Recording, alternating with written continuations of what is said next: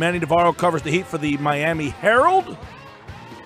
He's a frequent contributor on Miami Sports Talk Radio, and you can hear him right now on the Boardwalk on the Hotline talking about this Game 5 tonight and really this series, Manny. You're around that Heat team. They lose Game 3 and 4. I think they left it all out in the court. It wasn't for lack of effort. Do they feel and look like a defeated team? I wouldn't say that, this isn't the type of team that's just going to quit and roll over and play dead, to use another cliche for you. I think, honestly, the Heat way all season long has been never to give up, to keep clawing and keep fighting, and that's for every game. And this is a team that's played more clutch games in the NBA this season than anybody, and so they've been a lot of battles. They've lost a lot of battles, but they're not going to roll over and die. Eric Spoelstra won't allow them to do it. Dwyane Wade won't allow them to do it. Udonis Haslem won't allow them to do it. Those guys have all been champions before. And, Goran Dragic is a really good leader. James Johnson. Those guys aren't going to just show up tonight and roll over. I think Miami's going to make the Sixers earn it tonight. Do you so then you don't think they took their best shots in Game 3 or 4, or do you think that was their best shots that they had in Game 3 and 4? There's no question. Yeah, there's no question. You force another team to 27 turnovers and play as good as you did defensively in Game 4 and still lose.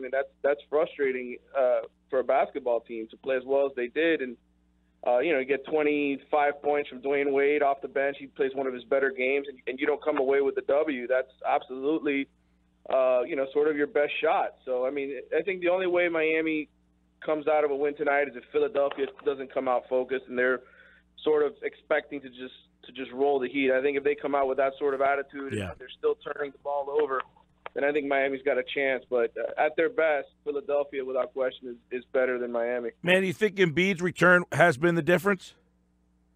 Well, no question. As far as the paint, defensively, Embiid obviously hasn't had a great series offensively. I think that mask is bothering him. He looks like he's annoyed with it. But defensively, if you look at that fourth quarter, and I think he had 3 blocks in the fourth quarter, but just around the rim, the deterrent that he is. Miami scores so many of their points in the paint with guys penetrating and getting to the rim, and he's changed the series in that regard, where now you got a guy who can really stop other people around the rim, and so Philadelphia's got it all, man. I think they're set up right now in this easy, I don't want to say easy Eastern Conference, but certainly it's there for the taking. I think Philadelphia, of all the teams that I've seen in these playoffs, they're best positioned to come out of the East. Manny, we've talked to you before about Hassan Whiteside, and he wasn't getting used a lot early in the series, frustrated on the bench. How do you think he's being used against Joel Embiid, and how do you think that matchup of Embiid versus Whiteside has gone, in your opinion? Well, I think Whiteside's done a decent job defending Joel. Obviously, I mentioned earlier the mask has been bothering him, so I'm not going to say it's all Hassan. I was looking at the numbers as far as their head-to-head matchup. I think Embiid's 1 of 10 against them, but Hassan has fouled him 5 times. So obviously, Joel's got some skills. He knows how to get to the free throw line and get his points in other ways. So I think the bigger issue for Hassan and what his frustration all season has been is being a part of this Heat offense and being something that they go to, that they have plays drawn up for him.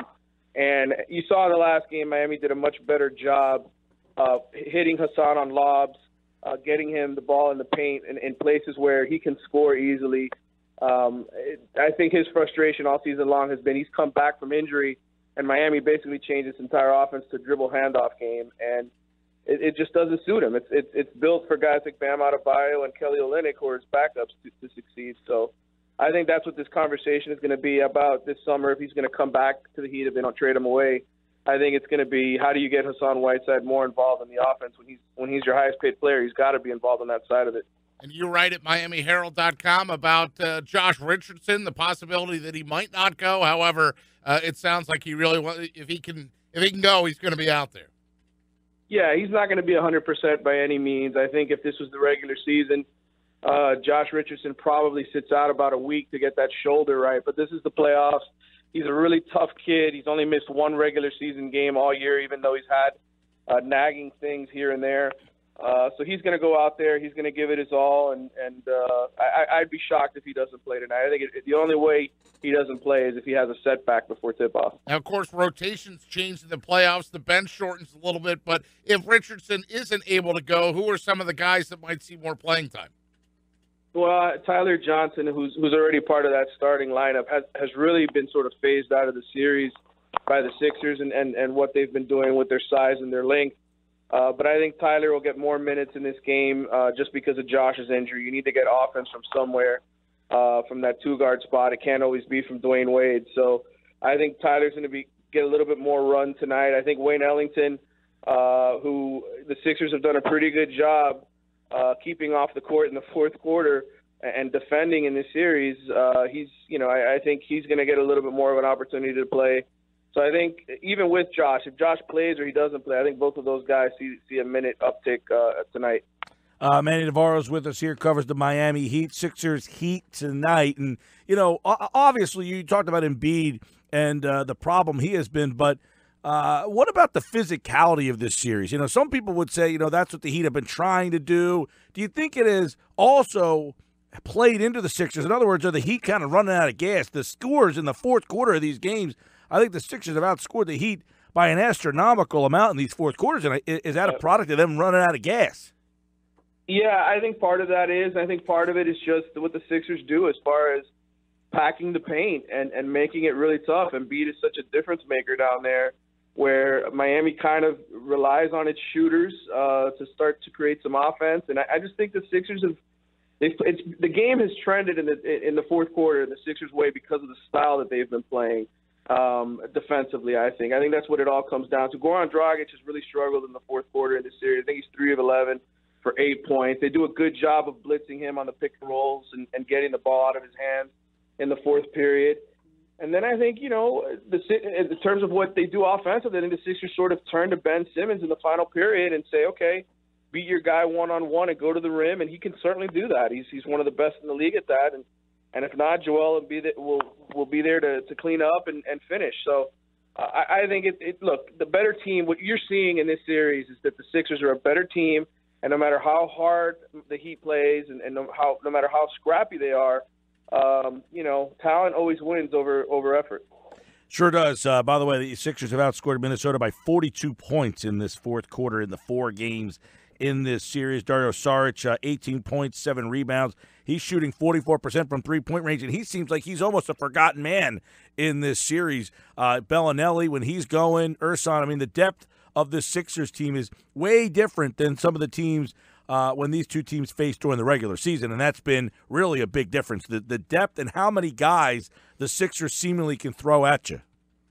Well, there's no question. And listen, Miami tried to get Bellinelli at the trade deadline. They were working on a deal with Atlanta to try to grab him, and for whatever reason, it fell through, and obviously he ended up in Philadelphia. That's obviously been a big part of this series. I think if Miami has Bellinelli on its side, it changes the complexion a little bit, because the Sixers certainly won games 1 and 3 because of how well they shot the ball from 3.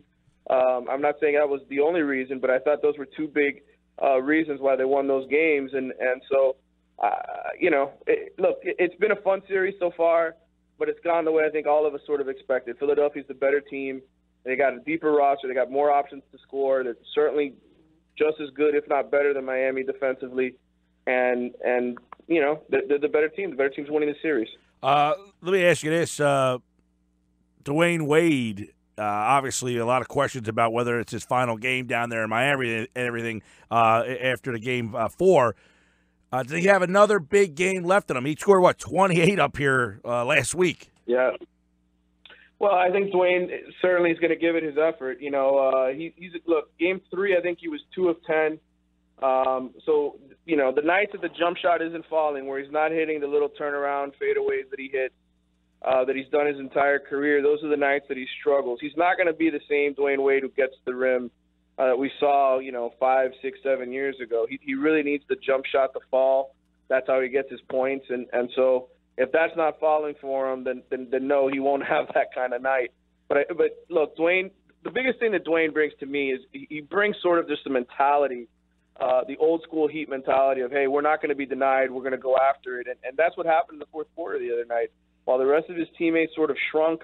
Dwyane took over in the fourth quarter. I think it was 5 of 10 shooting in the period.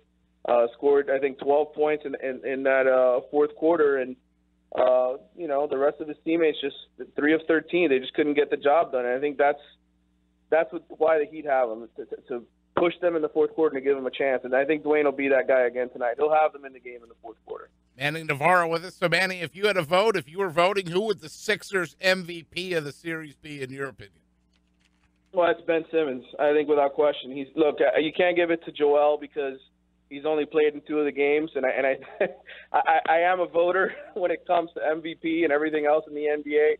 And last year, I thought the injuries to Joel affected the Rookie of the Year race. But I think in this case, Ben has been the one constant in the entire series for Philly. He's been phenomenal every single game. Obviously, he's gotten other help, but I think just what he brings on both ends of the court, offensively and defensively, Ben, without question, is the MVP of the series. Well, let's take that one step further. If you took Ben Simmons and Joel Embiid out of the consideration and had to go with another person, who would you vote for?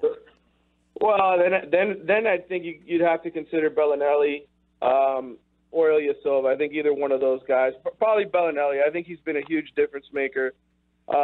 Just scoring consistently, being that three-point threat. It's really stretched Miami's defense, and so I'd probably give it to Bellinelli. No love for Dario? I love Dario, but I look, I guess it's more of this thing of what I expect. It's almost like you expect that from Dario. He's doing what you expect him to do. Bellinelli is the one guy I think we all sort of look at as a surprise. Dario certainly earns it too. There's so many guys worthy of it. There's so many guys for the Sixers who have played well in this series. So I guess I would give it to Bellinelli just out of the fact that I didn't expect him to have this big of an impact in the series. Manny Navarro covers the Heat for the Miami Herald, and he appeared via the Boardwalk Honda hotline. Heat Sixers tonight right here on 97.3 ESPN. The coverage begins at 8 p.m. Manny, we will see you up there soon, pal. All right, man. Take care, guys.